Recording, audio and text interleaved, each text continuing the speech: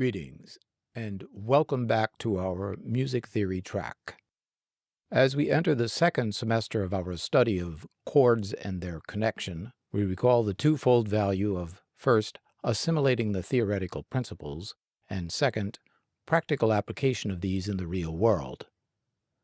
What are seventh chords, and how do they relate to the major and minor scales we've studied? We will learn about a very important seventh chord in today's presentation, so watch for it. Semester 2 presents inversions of the seventh chords as well, and how to integrate and connect all these four-note chords with the triads studied so far. Furthermore, it expands on the topic of cadences and introduces altered chords. The current track lays an excellent foundation for later undertaking of that fine discipline known as Schenkerian Analysis. Heinrich Schenker derived important discoveries in voice leading from his study of contrapuntal practices. Students are thus encouraged to pay attention to our presentations on counterpoint. Note, we do not delve explicitly into the theories of Heinrich Schenker in this semester. Are you new to the channel or in need of a refresher of Semester 1 concepts? We encourage you to watch the two playlists, Harmony 1 and Harmony 2, especially the recap videos. The present Harmony 3 series picks up where Harmony 2 left off, more or less. Moving on. Seventh chords are created by adding the harmonic interval of a third, either above or below a root position triad, thereby producing a chord of 4 tones, and the interval of a seventh. Listen.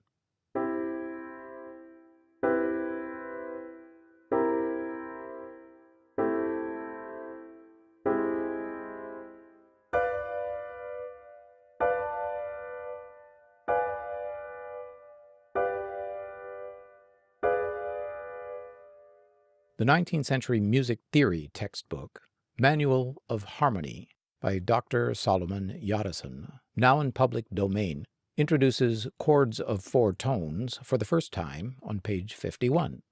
See note in the description. Seventh chords are dissonant, and dissonance wants to resolve. Dissonance needs to resolve to a consonant triad. Due to the dissonance, seventh chords are not independent, but dependent on other chords for this resolution.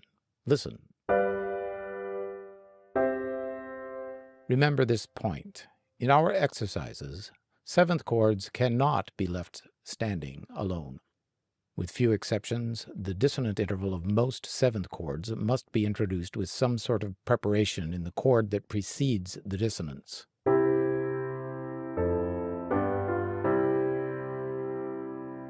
More about the principle of preparation later. Each seventh chord must then properly resolve to a consonant chord.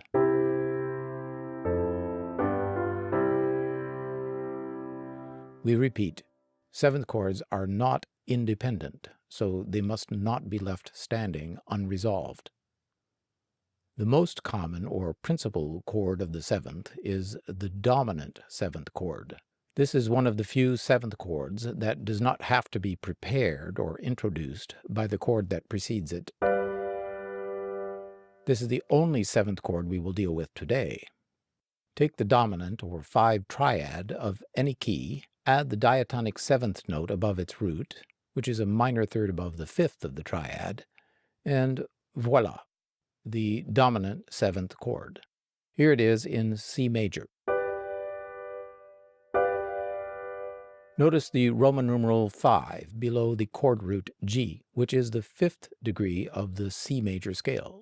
Also, the Arabic figure 7, which counts up the 7 scale degrees from the bass note of the triad. That is, a seventh above the lowest note of the chord. Remember that. In both major and minor modes, the 5-7 or dominant seventh chord is the same, just as the 5 or dominant triad is the same.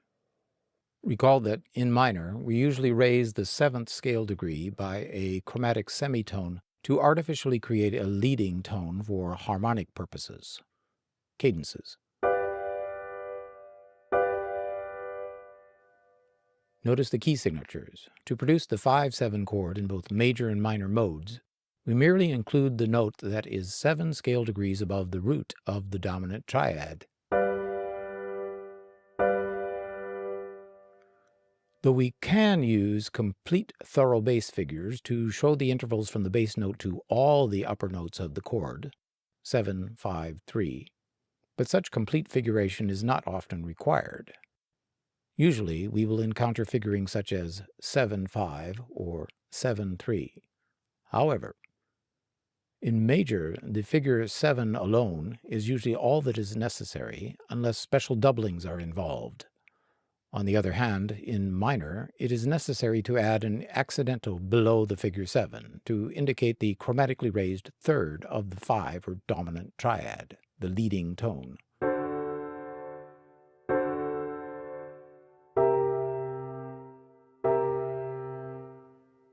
So today, we encountered our first 4-note chord, the dominant 7th. We also learned ways to indicate this new harmony sound with bass figures and Roman numerals. It goes without saying that in 4-part writing, the chord tones above the bass, including this 7th, may be assigned to any of the upper voices, soprano, alto, or tenor. Students should take a little time to practice writing in the 7th tone to the 5 or dominant triads shown here. Remember, the 7th is a diatonic third above the 5th of the triad. Play them on your piano keyboard as well.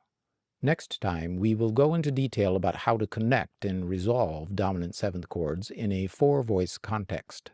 Welcome again to our second semester of harmony. Be sure to look over information in the description box and browse the channel for supplementary material. If you like this presentation, please share, pose questions in a comment, and subscribe to the channel for updates. Thank you for watching.